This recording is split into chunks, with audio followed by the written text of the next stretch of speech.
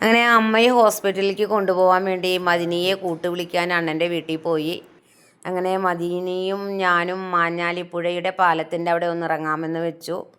അങ്ങനെ പുഴയുടെ സൗന്ദര്യമെല്ലാം ആസ്വദിച്ച് മദിനി കുറച്ച് കഥകളെല്ലാം പറഞ്ഞു തന്നു. പുഴയെക്കുറിച്ച് അപ്പുറത്തും ഇപ്പുറത്തുമെല്ലാം പാലങ്ങളുണ്ടായിരുന്നു. അല്ലെങ്കിൽ തന്നെ നമ്മൾ പറവൂർക്ക് വരുന്ന വഴിയിൽ മാള വഴിക്ക് വരുമ്പോൾ നിറയെ പാലങ്ങളായിരുന്നു കേട്ടോ. കുറേ പാലങ്ങൾ കണ്ടു. ഏതൊക്കെ പാലമെന്നൊന്നും എനിക്ക് പേരുകളൊന്നും ഓർമ്മയില്ല. അപ്പോൾ മദിനി പറയുമായിരുന്നു, ഒരു 7 അടി താഴ്ചയുണ്ട്, പിന്നെ അവിടെ ഇടയ്ക്കിടയ്ക്ക് മരണങ്ങൾ സംഭവിക്കാറുണ്ട്. ഞങ്ങൾ കഴിഞ്ഞ വർഷം പോയ സമയത്തും അവിടെ 3 കുട്ടികൾ ഒഴുക്കിൽപ്പെട്ട് മരിച്ചിരുന്നു, സൂയിസൈഡായിട്ടും. അങ്ങനെ മദിനിയുടെ കുറച്ച് കഥകളെല്ലാം കേട്ട് ഭംഗിയും പുഴയുടെ സൗന്ദര്യം ആസ്വദിച്ച് ഞങ്ങൾ നമ്മുടെ ചാലയ്ക്കൽ ഹോസ്പിറ്റലിലെത്തി. 22 വർഷം ഉള്ള ഹോസ്പിറ്റലാണ്. എല്ലാവിധ ട്രീറ്റ്മെൻറ്റും ഉണ്ട്. അവിടെ മെഡിക്കൽ സ്റ്റുഡൻറ്റും ഉണ്ട്. അങ്ങനെ നമ്മൾ കാർ പാർക്കിംഗ്, എവിടെ കാറ് പാർക്ക് ചെയ്യണമെന്നിങ്ങനെ നോക്കി കാറ് പാർക്ക് ചെയ്ത് ഞാൻ വരുമ്പോഴേക്കും നമ്മുടെ മദിനി അമ്മയെയും കൊണ്ട് ഹോസ്പിറ്റലിലേക്ക് പോയിരുന്നു. അപ്പോൾ ഹോസ്പിറ്റലിലേക്ക് പോകുന്ന വഴിക്ക് നമ്മുടെ കണിക്കൊന്നയൊന്ന് കണ്ട് അതിൻ്റെ ഭംഗിയൊക്കെ ആസ്വദിച്ച് ഞാൻ അകത്ത് നമ്മുടെ ശ്രീനാരായണ ഗുരു നമ്മളെ നോക്കി ചിരിച്ചിരിക്കുന്നുണ്ടായിരുന്നു.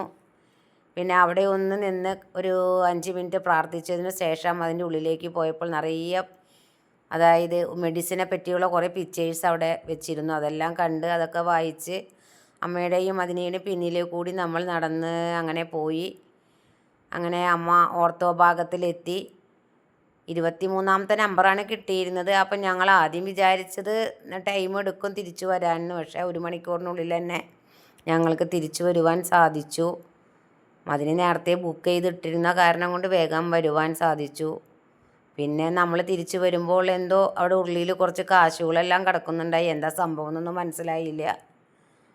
പിന്നെ അതിൻ്റെ മുകളിൽ നിന്ന് ആ പ്രകൃതി ഭംഗിയെല്ലാം ആസ്വദിച്ച് വീണ്ടും ഞാൻ കാർ എടുക്കുവാനായി വന്നു. അമ്മയും മദിനിയും ലിഫ്റ്റിൽ താഴേക്ക് ഇറങ്ങി വന്ന് അങ്ങനെ നമ്മുടെ മെഡിക്കൽ കോളേജിനോടും ടാറ്റാ ബൈ ബൈ പറഞ്ഞ് നമ്മൾ അണ്ണൻ്റെ വീട്ടിലേക്ക് പോകും. വഴിയിൽ മാഞ്ഞാലിയുടെ ഒരു ഹൽവ സ്റ്റാളുകൾ കുറേ കണ്ടു.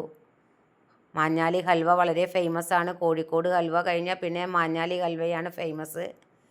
അതെല്ലാവർക്കും അറിയാവുന്ന കാര്യമില്ല. പിന്നെ അടുത്തത് മാഞ്ഞാലി ബിരിയാണി. അതിനെക്കുറിച്ച് പിന്നെ പറയേണ്ട ആവശ്യമില്ലല്ലോ അല്ലേ. മാഞ്ഞാലി ബിരിയാണി ഒരു സംഭവം തന്നെയാണ്. പല ടൈപ്പിലുള്ള ബിരിയാണി, എന്തൊക്കെയോ പേരുകളും അതിന് പറഞ്ഞു തന്നിരുന്നു.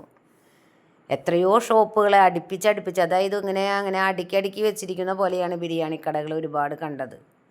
അതിനുശേഷം അത് കണ്ട് ബിരിയാണി കടകൾ കണ്ണ് തള്ളി ഞാൻ അണ്ണൻ്റെ വീട്ടിലേക്ക് എത്തി. അണ്ണൻ്റെ മോൻ അവിടെ കാത്തു നിൽപ്പുണ്ടായി. പിന്നെ ദേ അമ്മ കൊടുത്ത ഒരു ഗിഫ്റ്റാണ് അണ്ണൻ്റെ മക്കൾക്ക്. അമ്മ അവിടെ ഇങ്ങനെ ക്ഷീണം മാറ്റുവാൻ വേണ്ടി അങ്ങോട്ടും ഇങ്ങോട്ടും നടന്നു വരുമ്പോഴേക്കും നമ്മുടെ മദിനി ഒരു സ്പെഷ്യൽ കുഴിമന്തി വെച്ചിരുന്നു. ഷവായി kuzhimanthi. Madini super fast food മേക്കറാണ്. നല്ല ടേസ്റ്റുമായിരുന്നു. അമ്മ അതേ കഴിക്കുന്നത് കണ്ടാൽ അറിയാലോ. Okay by.